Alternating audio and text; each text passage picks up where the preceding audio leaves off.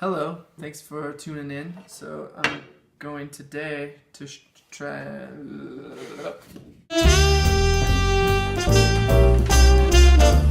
So today I'm going to take the lugs off of this old vintage Rogers kit, and I'm going to polish them with Clorox wipes, and then polish the wrap that's underneath them. So it's easier to polish the wrap, obviously, if you take them all off. Since I'm not set up, I'm just going to show you kind of I have the drill figured out so I can take them off. That's what they look like. There's a spring in there. I'm going to set all this stuff in the corresponding position so I don't lose track of it.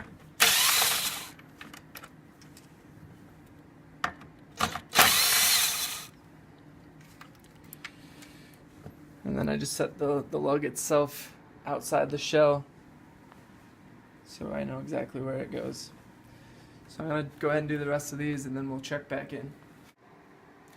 So I've gotten all the lugs off of it, as you can see. I still have to take the spurs off. I did run into an issue here because the tom mount that goes through here has like this gargantuan nut on it that's bigger than any of the C wrenches that I have. So I borrowed this one actually from my dad, but while I was over there I grabbed these channel locks just in case it wasn't large enough, which it wasn't. So I'm going to try and get that gently loose without hurting anything else in the process. Should be good to do it with my hands now.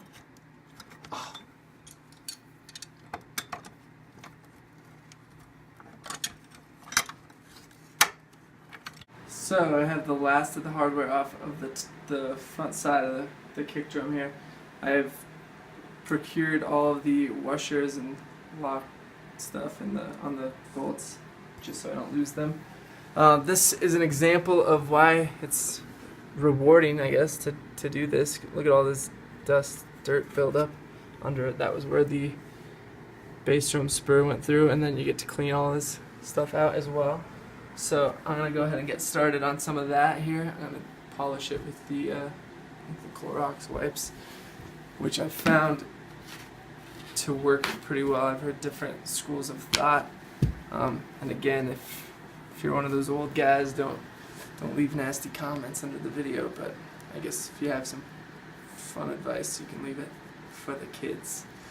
But I just take the Clorox wipe and you can just kind of go all around the lug, and then take a dry paper towel, and I'm not sure how good the light will represent this, but it's way shinier than it was.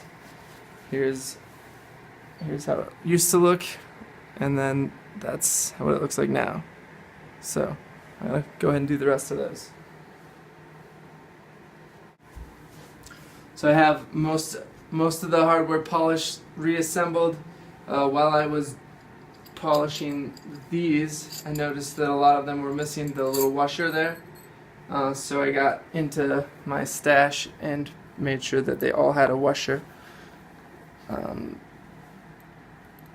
Now I'm going to put the head on here and get all of this back on. And basically every time I have the heads off of a drum, I usually put a little of the white lithium grease that I stole from my dad 10 years ago on.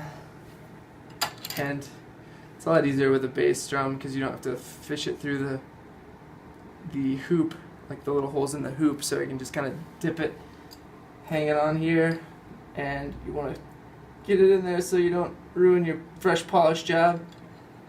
But then as that turns and spins down, it just lubes up the thread real nice, so makes it easier to tune, and it's just better for your metal on metal contact. So I'm gonna go ahead and finish this side, flip it over and do that same process on the front head as well. So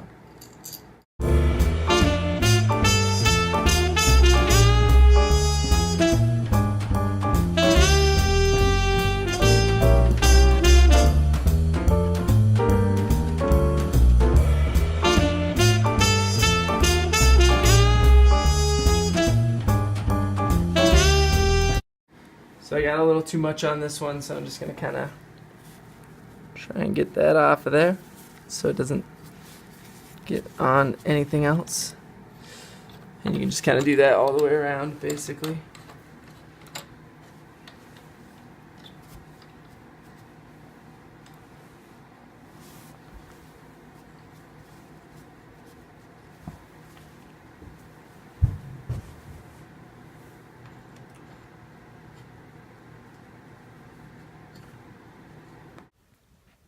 Here are the lugs looking all shiny and the wrap looking better as well. This drum set does have some deep scratches and I'm not 100% sure how to get rid of those. Let me find you one to look at. Like right there under that bass drum lug.